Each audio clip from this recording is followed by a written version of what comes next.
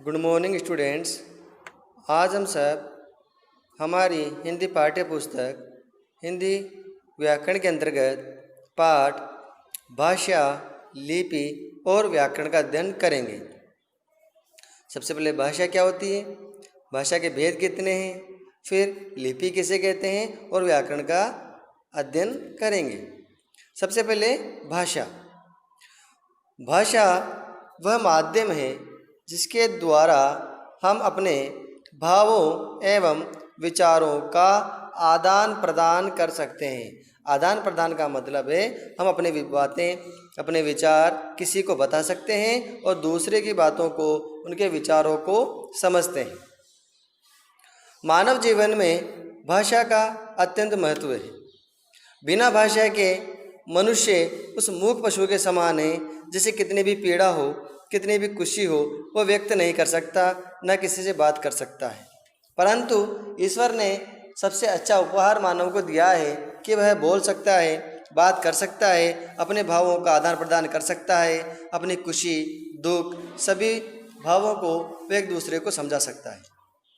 इसलिए भाषा वह मुख्य साधन है मानव जीवन में जो उसे ईश्वर के द्वारा प्राप्त हुआ है। भाषा के दो रूप होते हैं। कितने रूप होते हैं? दो रूप। मनुष्य यानी कि मनुष्य अपने विचारों को दो प्रकार से प्रकट कर सकता है, अर्थात भाषा के दो रूप मुख्य होते हैं। कौन कौन से? पहला है मौखिक भाषा और दूसरा है लिखित भाषा। जैसा नाम से स्पष्ट हो रहा है, मौखिक और लिखित। मौखिक यानी मुंह से बोलना और लिखित यानी अपने भावों को, अपने विचारों को लिखकर प्रकट करना। सबसे पहले है मौखिक भाषा।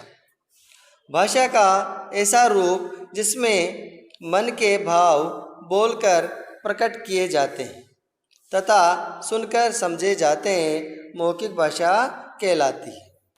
अर्थात जब व्यक्ति अपने मुख से बोल करके अपनी बात कहता है एवं दूसरे की कही हुई बातों को अपने कानों से सुनकर समझता है, उसे मौखिक भाषा कहते हैं। जैसे हम टेलीफोन पर बातचीत करते हैं, मोबाइल या फ़ोन पे बातचीत करते हैं, तो वह मौखिक भाषा का ही रूप है। हम रेडियो पर या रिकॉर्डिंग के गाने सुनते हैं, वह भी मौखिक भाषा का ही रूप है। क्यों? उसमें कोई बोलता होता है और हम उससे सुनकर समझ रहे होते हैं। हमारी दादी, नानी, मम्मी, पापा जब हमें कोई कहानी सुनाते हैं, किस्सा सुनाते हैं या अपनी पूर्व जिंदगी के बारे में बताते हैं, वह भी मौखिक भाषा के अंतर्गत ही आता है। और इसके अलावा भी जैसे वाद विवाद प्रतियोगिता हुई विद्यालय में, डिबेट होता है, वह भी मौखिक भाषा का ही रूप है। इसलिए हम कह सकते हैं कि मौखिक भाषा में हम अपने विचारों को बोलकर तथा दूसरे विचारों को सुनकर समझ सकते हैं। भाषा का दूसरा रूप होता है लिखित भाषा, यानी भाषा के जिस रूप को लिखकर प्रकट किया जाए और पढ़कर समझा जाए, उसे लिखित भाषा कहते हैं। कौन सी भाषा कहते हैं? लिखित भाषा कहते हैं। लिखित यानी लिखकर। जब हम अपने विचारों को अपनी डायरी के अंदर लिखते हैं, किसी को पत्र लिखते हैं, कोई निबंध लिखें या किसी की शिकायत करते हैं, ये सभी लिखित भाषा के अंतर्गत आते हैं। ये सभी रूप किसके अंतर्गत आते हैं? लिखित भाषा के अंतर्गत। यह वह भाषा होती है जिसमें हम अपने विचारों लिखते हैं और दूसरा भी उन लिखे हुई बातों को पढ़कर ही इन बातों को समझेगा, हमारे विचारों को समझ पाता है, उसे ही लिखित भाषा कहते हैं। अब है हमारी राष्ट्रभाषा। हमने पढ़ा भाषा के दो रूप पढ़े, मौखिक और लिखित। अब देखिए प्यारे बच्चों, राष्ट्रभाषा। राष्ट्रभाषा किसे कहते हैं पहले समझ लीजिए। किसी भी देश की वह भाषा जहाँ पर रहने वाले व्यक्ति, नागरिक उस भाषा का अधिकतम यानी ज़्यादा से ज़्यादा प्रयोग करते हैं, वह उस देश की राष्ट्रभाषा होती है। जैसे हम एक उदाहरण लेते हैं, नेपाल। और नेपाल में सबसे ज़्यादा नेपाली भाषा बोली जाती है, तो वहाँ के लोग सबसे ज़्यादा नेपाली भाषा को बोलते हैं, तो वहाँ की राष्ट्रभाषा नेपाली हो गई। पाकिस्तान में सबसे ज़्यादा उर्दू भाषा बोली जाती है, तो वहाँ की राष्ट्रभाषा उर्दू हो चुकी है। और हमारे देश भारत में भी सबसे ज़्यादा हिंदी भाषा बोली जाती है। यहाँ के 70% लोग हिंदी भाषा का प्रयोग करते हैं, इसलिए हमारे देश की राष्ट्रभाषा कौन सी हो गई? हिंदी। तो राष्ट्रभाषा किसे कहते हैं? वह भाषा, वह उस देश की वह भाषा जहाँ पर रहने वाले नागरिक उस भाषा का ज़्यादा से ज़्यादा प्रयोग करते हैं अपने विचारों को समझने में, दूसरे विचारों को प्रकट करने के अंदर उस भाषा का प्रयोग करते हैं, वह उस देश की राष्ट्रभाषा होती है। हिंदी भारत की राष्ट्रभाषा है। राष्ट्रभाषा किसे कहते हैं? समझा भी दिया कि अधिकांश निवासियों द्वारा इसका प्रयोग किया जाता है, वह उस देश की राष्ट्रभाषा होती है। आज विश्व में सबसे अधिक बोले जाने वाली भाषाओं में हिंदी का दूसरा स्थान है। हिंदी का कौन सा स्थान है? दूसरा स्थान है। तो पहला स्थान किसका है? पहला स्थान है अंग्रेजी भाषा का, यानी पूरे विश्व में अंग्रेजी भाषा ही सबसे ज़्यादा बोली जाती है, इसलिए अंग्रेजी भाषा प्रथम स्थान पे है। उसके बाद आती है हमारी इन देश की भाषा हिंदी भाषा, जो दूसरे स्थान पर आती है। अर्थात अंग्रेजी के बाद पूरे विश्व में हिंदी वह भाषा है जो सबसे ज़्यादा बोली जाती है। तो भारत की संपर्क भाषा भी कौन सी हुई? हिंदी भाषा। संपर्क का मतलब होता है जब एक व्यक्ति दूसरे व्यक्ति से अधिकतर संपर्क करता है तो वह हिंदी भाषा में ही करता है। और पूरे विश्व की जो संपर्क भाषा है, पूरे विश्व की जो एक दूसरे के व्यक्ति एक दूसरे से बात करते हैं, वह किस भाषा में करते हैं? अंग्रेजी भाषा में। इसके बाद देखिए राजभाषा। राजभाषा का अर्थ होता है राजकाज की भाषा, अर्थात जिस राज्य में जिस भाषा में सबसे ज़्यादा कार्य किया जाता है वह उस राज्य की राजभाषा होती है। अर्थात देश के अलग अलग राज्य हैं, उन राज्यों में जिन जिन भाषाओं में उन राज्यों का कार्य किया जाता है वह उस राज्य की राजभाषा होती है।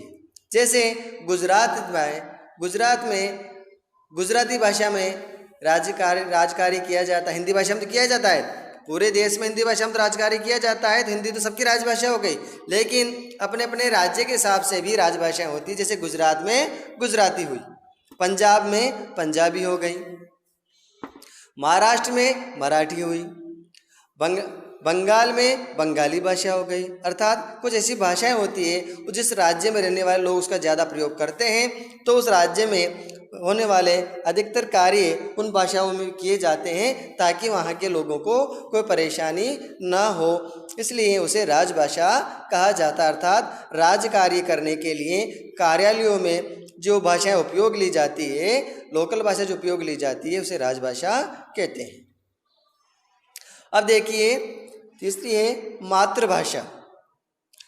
मातृभाषा किसे कहते हैं? हम सभी समझते हैं कि जिस भाषा को बालक यानी जो छोटा बालक होता है, जो जिस परिवार में बड़ा होता है और अपनी परिवार में बड़े होते हुए अपनी माँ या परिवार के दूसरे सदस्यों से जो भाषा वह सीखता है उसे मातृभाषा कहते हैं। जैसे मान लीजिए किसी के परिवार में कोई बालक है और वहाँ के परिवार की सिंधी भाषा बोली जाती है, तो वह बालक बचपन से ही बिना स्कूल गए हुए, बिना किसी टीचर से पढ़े हुए वह उस सिंधी भाषा को अच्छी तरह से सीख लेता है। क्यों? क्योंकि जिस परिवार में उत्पन्न हुआ है, जिस परिवार में पालन पोषण किया जा रहा है, उस परिवार की मातृभाषा, उसकी माँ के द्वारा बोले जाने वाली भाषा कौन सी है? सिंधी भाषा है। उसके परिवार के सदस्यों के द्वारा बोले जाने वाली भाषा कौन सी है? सिंधी भाषा है, इसलिए वह उसकी मातृभाषा हो गई। जैसे कोई बालक गुजराती परिवार में पालन पोषण किया जाता है किसी बालक का, तो गुजराती उसकी मातृभाषा हो जाती है, अर्थात अपनी माँ से वह सीखता है। यह तो हुई हमारी मातृभाषा। वैसे हमारे पूरे भारत देश में 22 भाषाओं को मान्यता दी गई है। हमारे संविधान के द्वारा 22 भाषाओं को मान्यता दी गई है।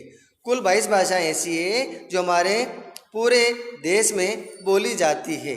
जैसे मणिपुर में मणिपुरी, तमिलनाडु में तमिल, पंजाब में पंजाबी, गुजरात में गुजराती, ठीक है, गोवा में कोंकणी, कश्मीर में कश्मीरी, बंगाल में उर्दू, केरल में उर्दू, अंग्रेजी, संस्कृत, इन सभी भाषाओं को संविधान की भाषाओं में स्थान दिया गया है। दूसरा आता है हमारा लिपि। लिपि का अर्थ होता है लिखने का ढंग, अर्थात लिखित भाषा में प्रत्येक ध्वनि को व्यक्त करने के लिए कोई न कोई चिन्ह होता है, उसे वर्ण कहते हैं, और इन वर्णों को लिखने का ढंग ही लिपि कहलाता है। अर्थात भाषाओं में जो वर्ण होते हैं उन वर्णों को जिस तरह से लिखा जाता है उसे ही लिपि कहते हैं। अधिकतर भाषाओं की लिपि दाएं से बाएं ओर लिखी जाती है। कहाँ से? बाएं से दाएं ओर लिखी जाती है। अर्थात जैसे मैं बोल रहा हूँ, जैसे मैं लाइनिंग कर रहा हूँ, वैसे यानी बाएं से दाएं ओर लिखी जाती है, इस प्रकार। लेकिन संसार में कुछ भाषाएं ऐसी है जैसे फारसी लिपि, जिसमें उर्दू लिखी जाती है, उस लिपि में भाषा को दाएं से बाईं ओर लिखा जाता है, यानी उल्टा, जिसे हम हिंदी लिखते हैं उसका उल्टा लिखा जाता है फारसी और उर्दू भाषा में। यानी फारसी जो लिपि होती है उसे दाएं से बाएं लिखा जाता है और बाकी सभी अधिकतर लिपियों को बाएं से दाईं ओर लिखा जाता है। जैसे संस्कृत, हिंदी, मराठी, संथाली, नेपाली आदि भाषाओं की लिपि देवनागरी लिपि है, और अंग्रेजी, जर्मन, फ्रेंच आदि भाषाओं की लिपि रोमन है। दोनों की लिपियाँ अलग अलग है, लेकिन दोनों को लिखने का ढंग होता है बाएं से दाएं। लेकिन उर्दू, अरबी आदि भाषाओं की जो लिपि होती है, यानी फारसी लिपि होती है, उसे दाएं से बाएं लिखा जाता है। पंजाबी भाषा की लिपि होती है गुरुमुखी। इस प्रकार एक बात और ध्यान योग्य है कि कंप्यूटर में जब देवनागरी लिपि का किसी भी लेख को हम किसी भी भाषा में अनुवाद कर सकते हैं। हमारी जो हिंदी भाषा की लिपि है, देवनागरी लिपि, इसे एक वैज्ञानिक लिपि भी कहा जाता है। क्यों कहा जाता है? कि हिंदी के केवल जो वर्ण, स्वर और व्यंजन है, इनको सीखने पर हम प्रत्येक भाषा को आसानी से बोल सकते हैं और लिख सकते हैं। अब है व्याकरण। व्याकरण भाषा का बहुत ही मुख्य रूप होता है। बिना व्याकरण के ज्ञान के हमें भाषाओं का ज्ञान नहीं हो सकता है। इसलिए किसी भी भाषा को शुद्ध बोलने, पढ़ने और लिखने के नियमों का ज्ञान हमें व्याकरण के द्वारा ही होता है। यानी भाषा के शुद्ध रूप संबंधी नियमों का ज्ञान कराने वाला शास्त्र ही व्याकरण कहलाता है। जैसे मैंने एक वाक्य बोला कि राम खाना खाती है। हाँ, बिल्कुल सही, राम खाना खाती है। अब इसका शुद्ध या अशुद्ध होने का ज्ञान हमें किससे होता है? व्याकरण से। क्यों? जैसे हमने लिखा राम के लिए खाती ही लिखा है। अब राम पुल्लिंग शब्द है और खाती ही क्रिया स्त्रीलिंग है, तो यह शुद्ध वाक्य हो गया। शुद्ध वाक्य क्या होना चाहिए था? कि राम खाना खाता है। इस प्रकार हमें क्रिया के लिंग के द्वारा शुद्ध अशुद्ध पहचानने का ज्ञान व्याकरण ही कहलाता है। इसलिए कहा जाता है किसी भी भाषा को सीखने के लिए व्याकरण यानी ग्रामर का नॉलेज होना बहुत ही जरूरी होता है। यह उस भाषा का रीढ़ की हड्डी के समान हम महत्व रखती है। तो भाषा के शुद्ध रूप को ही क्या कहते हैं? व्याकरण कहते हैं।